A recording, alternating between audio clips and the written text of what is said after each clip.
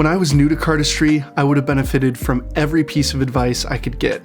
And unfortunately at the time, there were a limited number of people and places I could really go to for help. But given the amount of time and effort I've put into cardistry over the years, I've learned a ton, and now my goal is to help those who are in the spot that I once was. There's so much advice I could give when it comes to cardistry, but today I'd like to focus on what I think is the most engaging part of cardistry, and arguably any art form, and that's creating your own ideas. Practicing your skills can also be rewarding, but for me it's even more fulfilling to create something from scratch. Personally, I've spent most of my time as a cardist either designing new moves or practicing them. The former has always been the most enjoyable part for me, and I'd like to share with you what I've learned about creating over all my years of experimenting. Especially given how tricky creating cardistry can be, it's helpful to find the best approach that'll save you time and effort while producing even better results. The first thing you'll probably want to focus on before ever trying to create is learning the fundamentals. Now, this isn't everyone's approach, as some cardists have started creating before learning the fundamentals,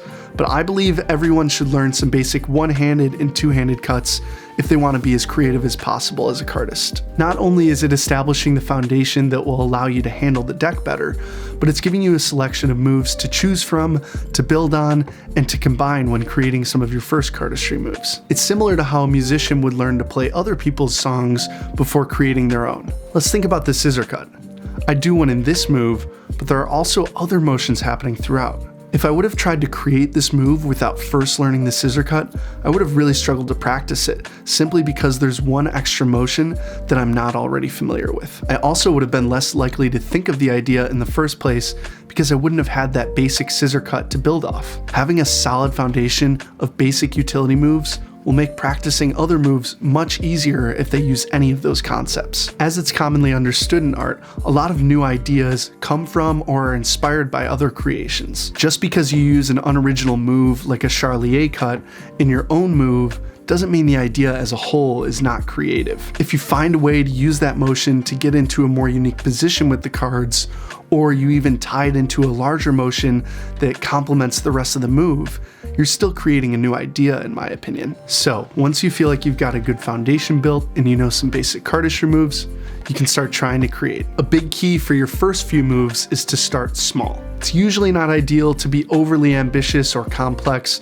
with your creations as a beginner for multiple reasons. The main reason is you won't be able to move on to a new idea for quite a while, as the practice will steal all your time. You might have something complex like you wanted, but it might not be cohesive or have a consistent flow to it. If you have a more manageable move to begin with, it's much easier to think through the logical flow with the cards because you have less variables that you're keeping track of at all times. You'll also be able to master the idea with less practice. It's of course great to push yourself and try new ideas, but at the beginning you'll save yourself so much time if you just apply the basic concepts that you've learned. It's much easier to create your first ideas if you work off what you've already been given. You can try getting into a familiar position with the cards where you can experiment and try out different concepts that build off something you already understand. Let's say I've created an opener for a new move using something basic that I've already learned. From there, I can try using fingers in different ways that I previously haven't thought to. For example, instead of using my index finger to grip the packet during a scissor cut,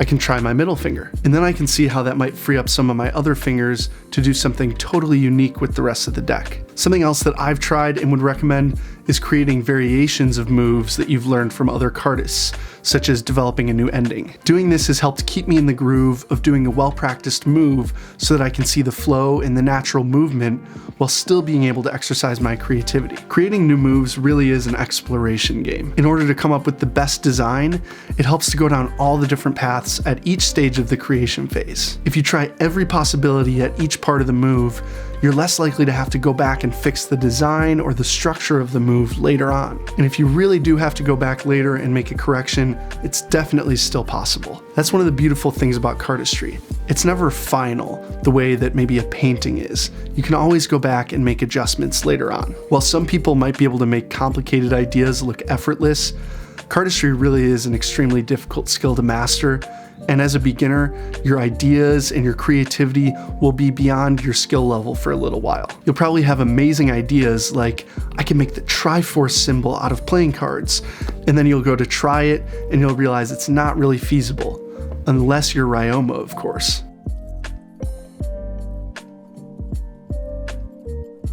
Like I mentioned earlier, cardistry moves can be very difficult to master, especially when they're your own ideas. I personally believe this because when you create a new move, you're the only person who can create that style and flow to give the move its personality, so to speak. On the other hand, when you learn a move from somebody else, you already see how that move should look once it's mastered. So when you create something, you have to figure out what that end product will look like. And that can make practicing and figuring out all the little nuances of the move much more difficult. Getting enough practice to feel comfortable with a more complicated move is a bit of a grind sometimes, but it's absolutely worth it. Sometimes I've found that if I just sit down and focus solely on practicing a single move, it's more productive from a practice standpoint than just having cards in my hands throughout the day. This allows me to focus on just mastering one thing instead of bouncing around between a bunch of different moves that I'm not very skilled at, trying to somehow become proficient at all of them at the same time. We have an entire video on that topic, so definitely check it out. I'll link it in the description below. If you're just getting started creating your own moves, I really hope these tips were useful for you. And if not, maybe bits and pieces will still be helpful for you on your journey as a cardist. If you took any value out of this video, be sure to like and subscribe, and we'll see you in the next one. Thanks for dropping by.